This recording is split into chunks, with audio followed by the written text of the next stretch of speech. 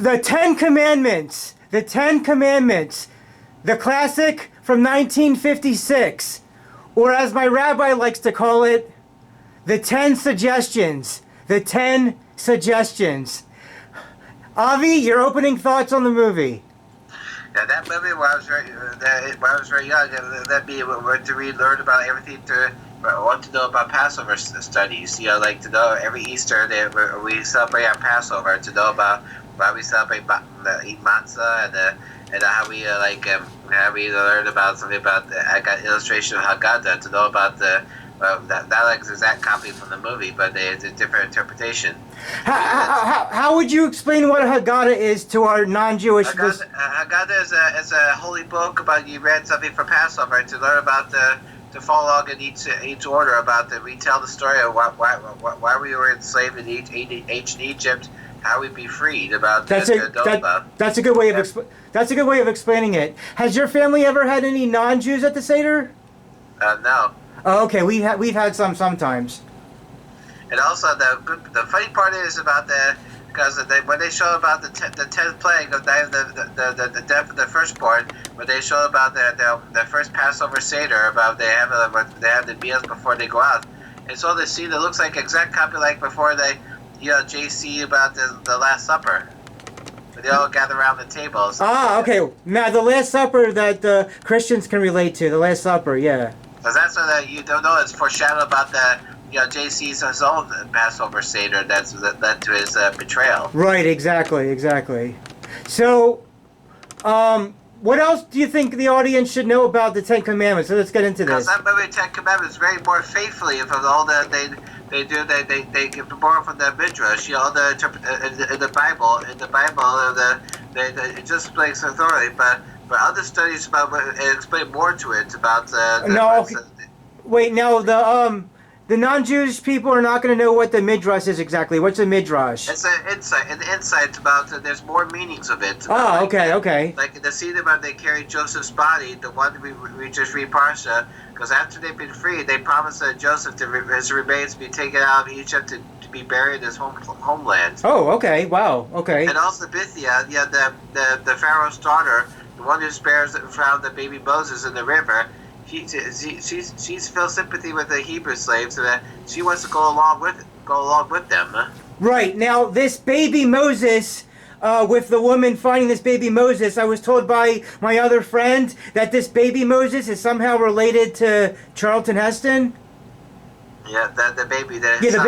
Yeah, somehow this baby is somehow related to Charlton Heston, and the friend also got to meet Charlton Heston while he was still alive. And one more thing is, apparently there's only really one Jewish actor in this. What was the name of the only Jewish actor again? There's Edward G. Robinson. Edward G. Robbins is the only Jewish actor in this entire movie. Everybody else is not Jewish. Wait! I found something. This movie is about the deliverance of the ancient Israelites. Yes. The ancestors of the Jewish people. Crew members of Jewish descent included Cecil B. DeMille, producer, director, and narrator. It turns out, sadly, it was actually his last film he ever made. Oh, that was actually his last movie? Yeah, well, because he already made 10 Commandments before in 1923 in the silent film. Right, yes, that's right. He did make it in the 1923 silent, and then this was like an updated, like colorized one. Colorized, and I almost had to film the same scene about like where they shot location. Yeah, I think he did I never saw the 1920-something one, but this one I thought in 1956 did a really terrific job, and it's almost like almost had permission to film in Egypt about this, how they could film the desert scene or where they go to Mount Sinai. I don't know the exact filming locations, but yeah. And here's the other members who are Jewish. Yeah, there's Jesse Lasky Jr., who's the screenwriter, is also Jewish. Oh, the screenwriter, okay. Composer Elmer Bernstein is a Jewish. Yeah, the composer, yeah. And Edith Head, the costume designer. Oh, nice.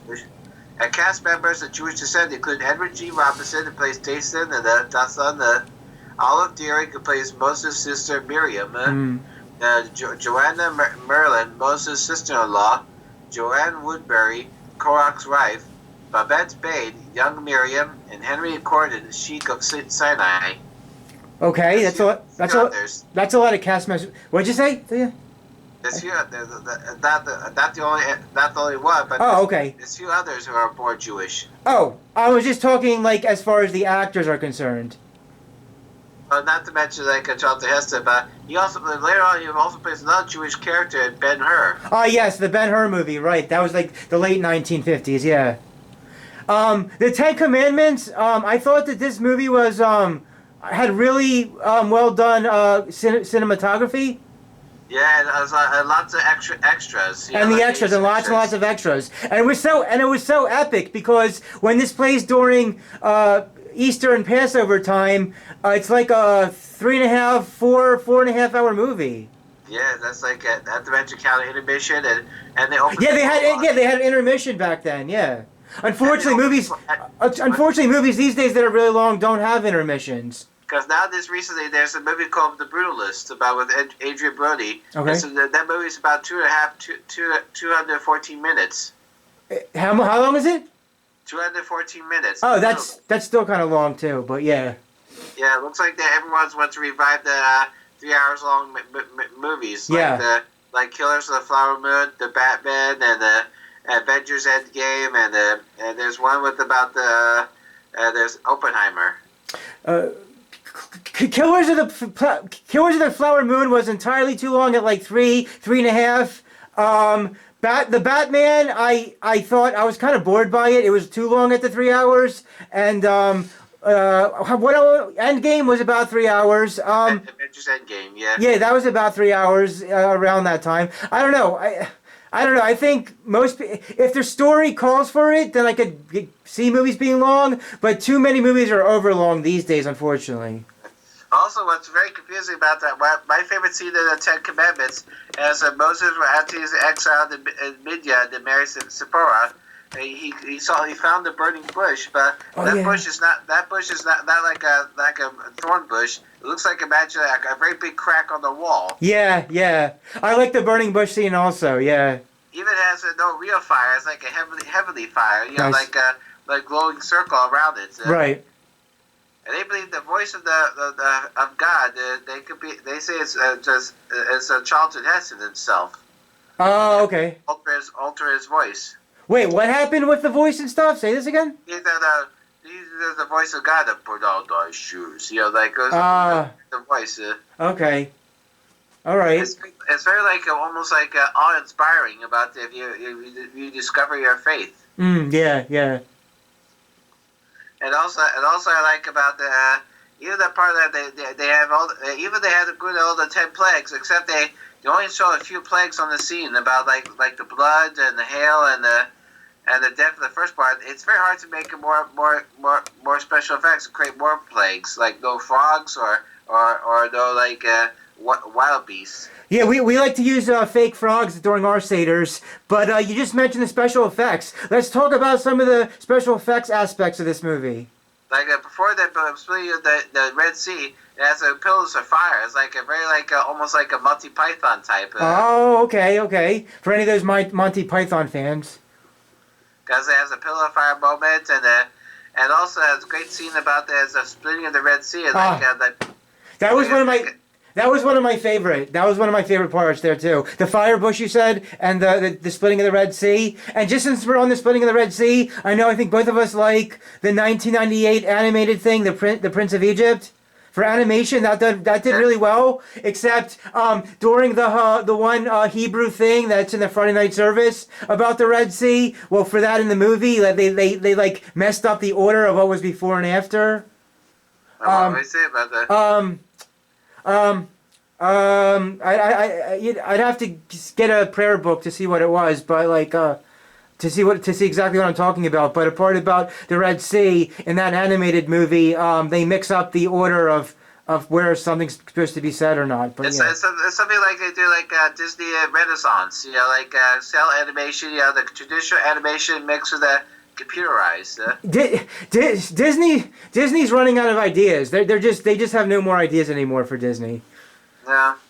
Disney's a whole mess. But back to the Ten Commandments. What else do you think the audience should know about this movie that we haven't yet talked about?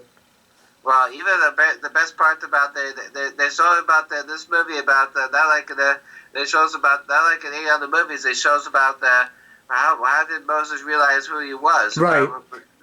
where he comes from. Okay, so how did he eventually find out where he's from, what he is, who he is? About the cloak, the little blanket that belongs to the slaves. Oh, okay. That's what he doesn't know about the old woman is about to be questioned by the walls about he doesn't know he saved his own mother and that it's reunited with his original family. Oh, okay. And that's very like a very stupid thing about about to feel sympathy with us or who he belongs to. He wants to join with the other slaves. Okay. To be re-experienced. Oh yeah. That's true too. And that's where Vincent Price was in that movie too. In this movie? Vincent Price, the horror actor. Yeah. Who does he play in this? The Chief Taskmaster. Oh, okay. Nice, interesting. That's where ends up Moses killed him. Okay, right. Wasn't he like in a whole lot of famous other stuff? Like House of Wax. Yeah, all that kind of stuff. And something like a Roger Corman thing, and his last film ever was in the Edward Scissorhands. Ah, yes. And he's the one that voiced the Great Mouse Detective. Okay, well, all kinds of stuff. He also wanted to voice narration for the Michael Jackson Thriller. Oh, okay. Oh, that reminds me. In like this October 2025, they're coming out with that Michael Jackson movie. The biography. Yeah, the biography. I don't know if it's going to be any good, but yeah, it's coming out. Even not to mention about his past scandalous part before he died. He's involved with about his private lands called Neverland, involved about the child. We're gonna see whether they include that or not for sure. If anybody's enjoying this so far, Avi mentioned before we started asking about likes. These podcasts haven't got a lot of love, a lot of likes on them. So if you like this one, give it a like. And if you like any of the ones we've done also this past year and a half, don't forget to like those also. Yeah. Just had to say that little call to action right now. But back to the Ten Commandments. There's some of the stand-up jokers they thought they say it's coming film. Some of that where's your Mashiach now, Moses? Where's your what now? Where's your Mashiach now? Okay. Right, Mashiach is that's the Hebrew word for Messiah for the Christian people. Yeah. He'll deliver us. Yeah. He's your deliverer. Yeah.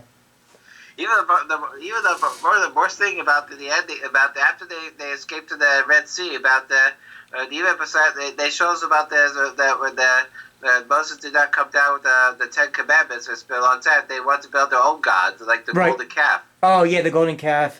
Yeah, we did the golden calf sin a lot. Yeah.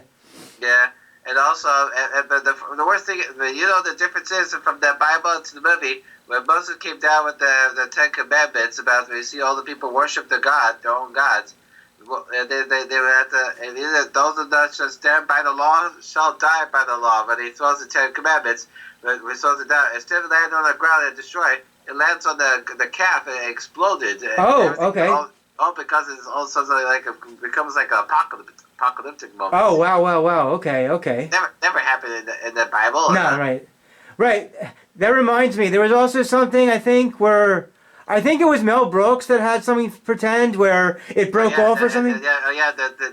All the tablets. Or give up I carry that like 11. When that one tablet falls down, it becomes even there's part about in the Roman Empire. See, they escape. Moses had lift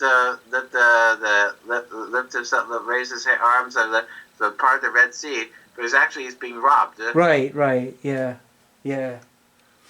Like I said, I thought like the actual, the whole cinematography was really well done. I think you mentioned one of the composers for the music aspect. It was just very like epic feeling. Like it was like 3.5 to 4.5 hours. But if you're able to get through commercials or past commercials, then you could really watch it all in fairly short sitting.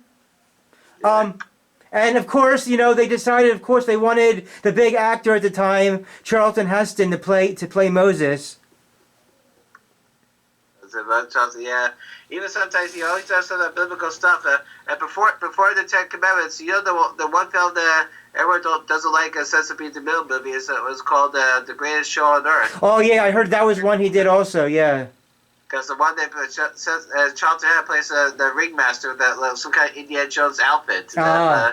And James Stewart plays the clown who's on the run. Okay. But the credit thing is about the greatest show on earth. That's the first movie that Steven Spielberg saw when he was a kid, about that led him to what becomes a filmmaker. Okay. Well, you were mentioning earlier about Christopher Nolan with Oppenheimer well, so apparently both Nolan and Spielberg are each going to be putting out movies in 2026. Right. Oh yeah, that's what they're very competitive about. There's something about they want to know the ones about the sci-fi epic and then the sci-fi film for Spielberg, and there's a mystical adventure, The Odyssey, for Nolan. Correct. That's correct about those. And also, yes. the sound, the trumpet sound, the shofar, the ram's horn, to let the people to come together. That use the same sound horn effects, same sound horn for the Return of the Jedi, where the Ewoks blow their horn, the own shofar, to sound the battle and the victory. They did something with. They did something with that with Return of the Jedi. Yeah, the Ewoks blow their horns. Oh, okay. Back up a sec. For the non-Jewish people that is mostly watching this, tell them what you mean by the horns and all this. The shofar is a yeah. They don't know what a shofar is. So tell them what a shofar is. It's a traditional ram's horn that you blow it for during Rosh Hashanah, the Hebrew New Year, to know that we've been listening. Yeah. Okay, so you're saying that they had the shofar blowing in one part of the Ten Commandments. Oh yeah, during the Exodus scene, a shofar is seen being played on screen. A shofar is a Jewish ritual musical instrument made from the animal's horn, usually though not always a ram. Shofars are still played on important Jewish holidays, festivals, and other occasions, especially during the high holidays, Rosh Hashanah, the Jewish New Year, and Yom Kippur, Day of Atonement. During a 1991 interview with Terry Gross on the National Public Radio program Fresh Air, composer Elmer Bernstein described how he recorded the shofar. When we realized that the shofar was going to be seen on the screen, we had to find somebody to play a shofar. And for those who don't know, the shofar is a very ancient instrument made out of ram's horn. Well, who plays shofars? Of course, rabbis, because it's still used in Jewish ceremonies. We must have had, I guess, 20 or 30 rabbis on the scoring stage. The shofar recordings that Bernstein made for the Ten Commandments were reused as the sounds of the Ewoks' victory horns in the Return of the Jedi. Okay, let me mention one more thing about Return of the Jedi. Remember how, like, in Return of the Jedi, towards the end, Luke's in the throne room with Vader and Palpatine? Yeah. And then Vader, takes Palpatine and throws him down that shaft? Yeah, that's supposed to be, that's to me... Cost him his life. Yeah, that's to me where he dies from his life, because I like to pretend that this, the Rise of Skywalker, 2019 Rise of Skywalker, never happened because they just had to, shoehorn in a way to bring Palpatine back when he was actually killed off by Vader at the end. Even maybe they say it's a cloning experiment, or what about his dark soul? Yeah, what about the Sith spirits? In my mind, Vader killed him at the end of Return of the Jedi, and he never returns in any of the Star Wars sequel. But that's just one thing I want to throw out there. Okay, so what else have we not yet spoken about with Ten Commandments for people? Well, sometimes about a good thing about this Mount Sinai part. Okay, let's go over that. Tell the audience. Mount Sinai is like a very holy place where we received the tablets from the mountain. It has a good red cloud, very good red cloud. So now it's very it's just more special effects. Oh yes, that's right. You mentioned the red clouds was another kind of special effects for it. Nice. Oh yeah, the only actress who's still alive after the Ten Commandments is still with us, but she's retired. We're now in the 90s. Her name is Deborah Paget. Deborah Paget. Paget. Okay. So she's currently the only last remaining actor still left from the movie. Yeah. Well, at least at the time of this recording. Well, even though other roles she's known for after Ten Commandments, she stars in the Elvis Presley first movie called Love Me Tender. Oh, okay. Yeah. And also I like about Yul Brynner is Yul Brynner is the best role about even if for historical facts about he must have played the second Ramesses II took over the his father's the throne about the passing. Oh yeah, that's right. Yeah. And even they don't know that in the Bible they are one and the same. The pharaohs are the other son are one and the same together. Mm-hmm. Right. Okay. And also that same year he plays all the roles besides Ten Commandments. That same year he plays the musical The King and I. Nice. Yeah. Right. Yeah. And also Anastasia. Oh, okay. 1956. Okay. Nice. Not mention the animated film. Right. Right. Earlier, you were delivering some of the lines from the movie really well. Are there any memorable quote lines from the movie that you think is worth? The last line of the film is proclaim liberty throughout all the land unto all the inhabitants thereof. Is actually the line from the Leviticus 25:10. It's also engraved on the Liberty Bell. Oh, and it's well for United States of America fans, also on the Liberty Bell. Nice. In Philadelphia. That was a great last line. That you really delivered that really well right there. Okay.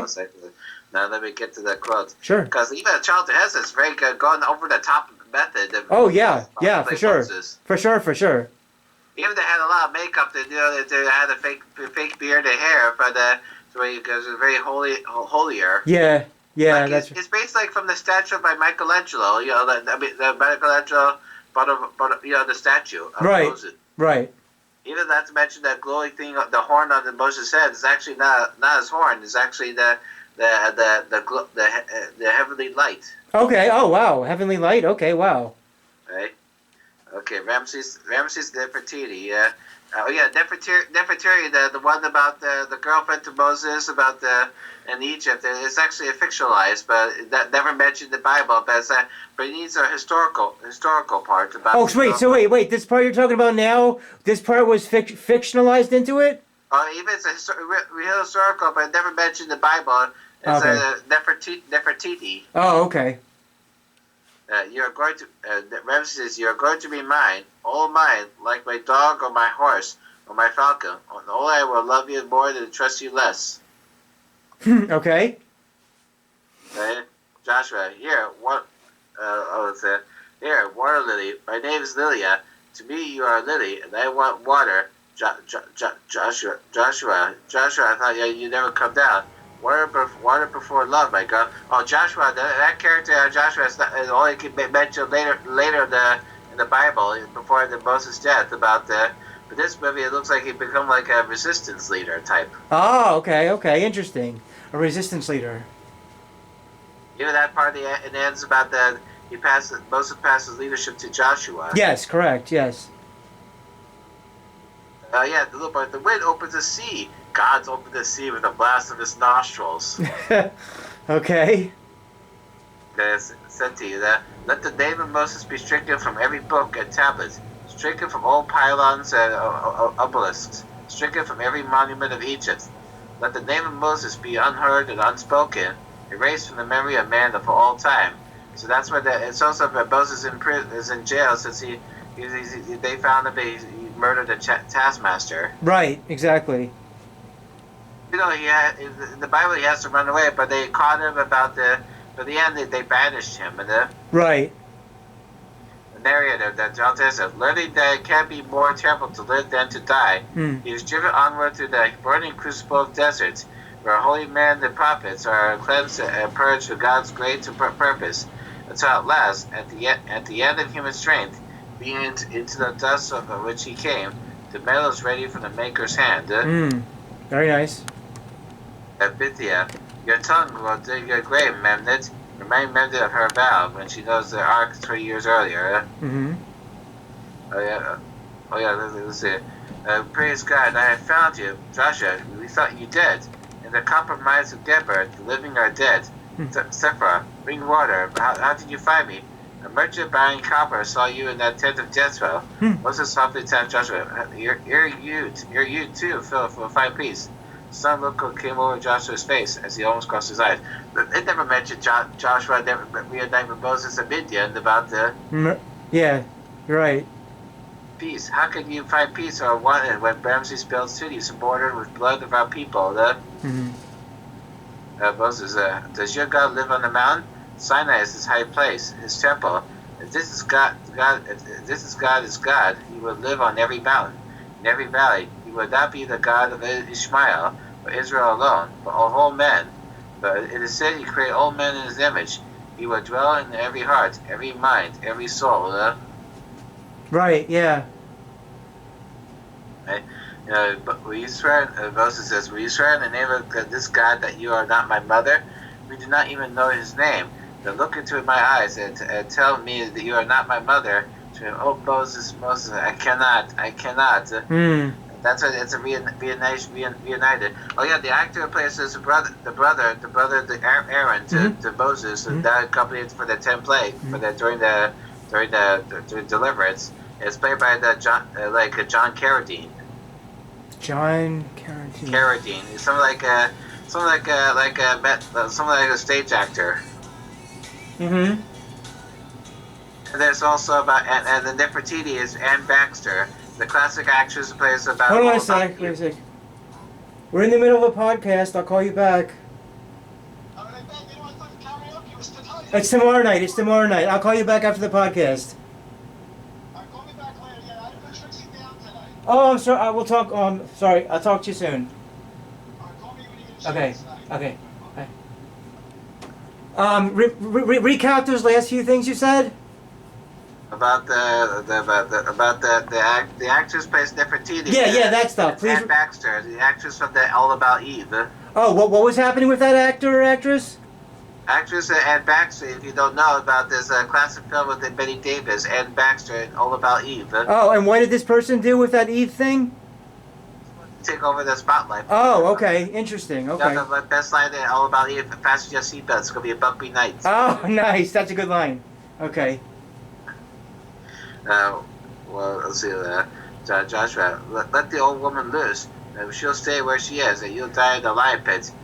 Joshua, runs to the prince and beg mercy. Mercy from Ramesses? No, from Prince Moses. There on the pavilion. That's the part that the Ham is about to be crushed by the rock. Oh, wow. And remember, Joshua, of her own free will, she's mine. From the Edward G. Robinsons. Yes. Lilia, you are strange to the pits. Your back is unscarred. You bring a warm smile with your cool water. My smile is for a stonecutter. The water is for you. I thank you. Your voice is not strange. Moses spoke very quickly to prevent Lilia from recognizing his voice. One of many who thirst. You there. Come here. That is Baka, the master builder. Does he call you me or you? You, water girl. I'm thirsty. He does not thirst for water. Beauty is but a curse for our women, because that's the part where Moses had to join with the other slavery, so we experienced what it felt like. Oh yes, yeah. Now, how did you think the acting was in this movie?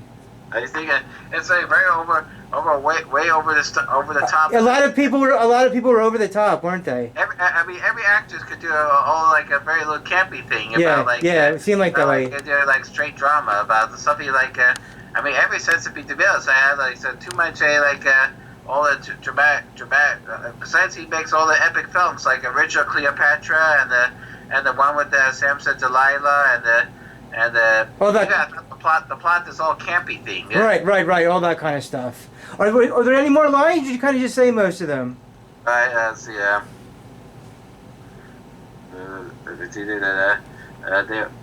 They will stop for me. A charging chariot knows no rank. Okay. As they said that Joshua said Joshua, we must have hope. God will send us to deliver hope. On the hills, every hope will walk stays them. Moses, there is beauty beyond the senses, Nefertiti. Beauty like the quiet of green valleys and still waters. Beauty is spirit that you cannot understand. Yeah, speaking of beauty, some of the actresses in this movie look pretty women-y, actressy. Yeah. They said that for 10 talents of gold, I'll give you the wealth of Egypt. Give me my freedom, and I'll give you a scepter. Something like give you liberty or give me death. Right. Give me the water girl, Lilia, and I'll give you the princess of your heart's desire. Right. Give me the house of Bacchus, and I'll give you the throne. Give me all that I ask, or give me leave to go. Yeah. Very good. Moses, blasphemers, idolaters, For this you shall drink bitter waters. Ah. God has set before you this day his laws of life, and good, and death, and evil. Those who will not live by the law shall die by the law. Oh. All right. Nice. Okay? You know it is death to strike the Egyptian. I know it. Yet you struck him. Why? To save the old woman. What is she to you? An old woman. Joshua is defending his Hebrew race. And to the Lord Prince, send him to his death. The man has courage. You do not speak like a slave. God made men. Men made slaves. Which God? The God of Abraham, the Almighty God. If your God is Almighty, why does he leave you in bondage? He will choose the hour of our freedom, and the man who will deliver us. Okay. Here's a scene about the burning bush. Moses, I am here, Lord. Put off thy shoes from off thy feet, for the place thou standest is holy ground. I am the God of your forefathers, for the God of Abraham, the God of Isaac, and the God of Jacob. Lord, why do you not hear the cries of their children in the bondage of Egypt? But in the Bible, Moses had problems about stuttering problem. That's right. He did have a stuttering problem. So this movie, it looks like he spoke plainly through it without knowing that someone could interpret it for him. Right. Yeah, it's true. Sounds like it's very too serious. Yeah. I have surely seen the affliction of thy people which are in Egypt. I have heard their cry by reason of their taskmasters. For I know their sorrows. Therefore I will send thee Moses unto Pharaoh, that thou mayest bring my people out of Egypt. Who am I, Lord, that you should send me? How can I lead this people out of bondage? What words can I speak that they will heed? I will teach thee what thou wilt say. When thou hast brought forth the people, they shall serve me upon the mountains. I will put my laws into their hearts, and into their minds will I write them. Now, therefore, go and I will be with thee. But if I say to your children that the God of their fathers has sent me, they will ask, what is his name? How should I answer them? I am that I am. Thou shalt say, I am, that sent me unto you. Right. Yeah, there's many different names for God. Yeah, even the Yahweh, but even though it cannot be interpreted as he cannot spoke his real name. Right, yeah. A conqueror, or he conquered. The first face I looked for, the last I find her. As Moses saw Bithia, he knelt with her to honor. Mother, I was thinking that God shall safe return, but I find you in great danger here. Intoxicating danger, mother. Marry her if you can, my son, but never fall in love with her, or I'll be less trouble to him than the Hebrew slaves of Goshen. Goshen? Right. Let's see, let's find way more. Baka, they use the old ones to do the work of greasing the stones, Lord Prince. If they are killed, it is no loss. Moses, are you a master builder or a master butcher? If we stop moving stones, or for every greased woman who falls, the sea will never rise. If the slaves are not driven, they will not work. If their work lags, it is because they are not fed. You look strong enough. I am a stone cutter. The pharaohs like their images cut deep. Yeah. Right? Okay. So there's lots of quotes that extended quotes thing, yeah? Okay. And Moses, Moses, do not enter. There's only Saul here. Are you comforting it, my mother? I followed you here to find this woman, Yochebed. You were the woman who was caught between the stones. Until you came. My son, if you love me, you will. I love you, my mother, but I'm your son, or yours. No, you are not my son. If you believe that men and women are cattle to be driven under the lash, you can't bow before idols of stone and golden images of beasts. You are not my son. Yeah. The opening line of the sentences, the movie started, and God said, let there be light, and there was light. And from this light, God created light upon earth. And man was given the dominion over all things upon this earth, and the power to choose between good and evil. But each sought to do his own will, because he knew not the light of God's law. Man took dominion over man. The conqueror were made to serve the conqueror. The weak were made to serve the strong, and freedom has gone from this world. So did the Egyptians cause the children of Israel Israel to serve with vigor and their lives, they bitter with hard bondage.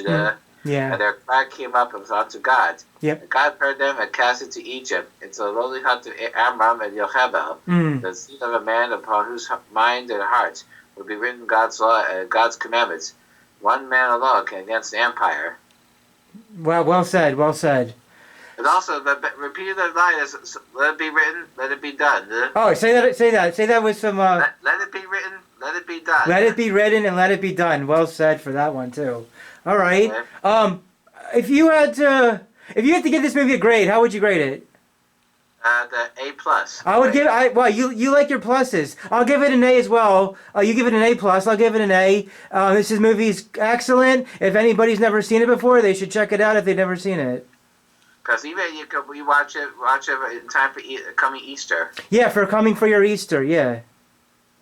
Because I'm just assuming most of the people watching this are Christians. So for your Easter, yes. That's why I wanted you to define some of those more Jewishy Hebrew type terms. But yeah. Even that part about like after the Red Sea closed on the Egyptian, now let this like thy way, because that image is very the painting scene moment. Oh, like a painting scene moment, like from the Miriam on the rock with Moses on his feet. Oh, okay, interesting observation. They're freed or something. That's an interesting observation. All right. Like, who shall stand with the power of God? Yeah. That's right. When he's about to close the Red Sea on them. Yeah. You were saying how the Red Sea was that was one of the scenes in the movie where it had really well done special effects. You also mentioned the burning bush and something about a cloud somewhere, a red cloud. The red cloud at the Mount Sinai. A red cloud around a red cloud. Even they had the same color of fire again about the I am Lord thy God. Yeah. The fire create like the fingers of a God to create the words. Yeah, it seemed like the actors and actresses in this movie had a fun time with their different lines of dialogue. Yeah, even sounds like Moses from the burning bush. From the burning bush, oh Lord, you charge me to what I have left thee undone. About sounds like it does almost like a soliloquy or something. Right. Yeah, something like that. Yeah. Yeah. So if anybody, by the time this gets published, it's going to be January of 2025. But feel free to watch this during your Easter. Oh, and don't forget, let's tell them again. If they want, like this if you like it, and like the other podcasts we've done on this previous history as well, whether it's Beetlejuice, Bad Boys, Deadpool 3, or any of the older ones that we converted from Rumble to YouTube, any of those that you liked as well. Or even they could watch this is the old podcast of Spider-Man 2. That's on. I converted that back to YouTube as well. We have the Spider-Man 2 podcast on there for the 20th anniversary. Unless they have any more problems, the Spider-Man 4 is potentially coming out in July of 2026. Yeah.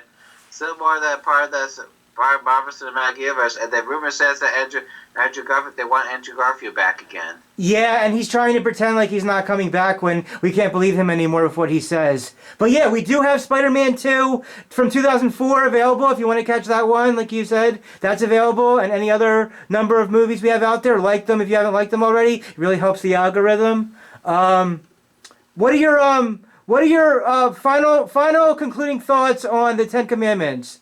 Let them believe about that. Keep your faith about the law. We can keep the laws and don't they be like do too much overacting type of the. Oh my God! This movie had so much overacting in it. So much overacting.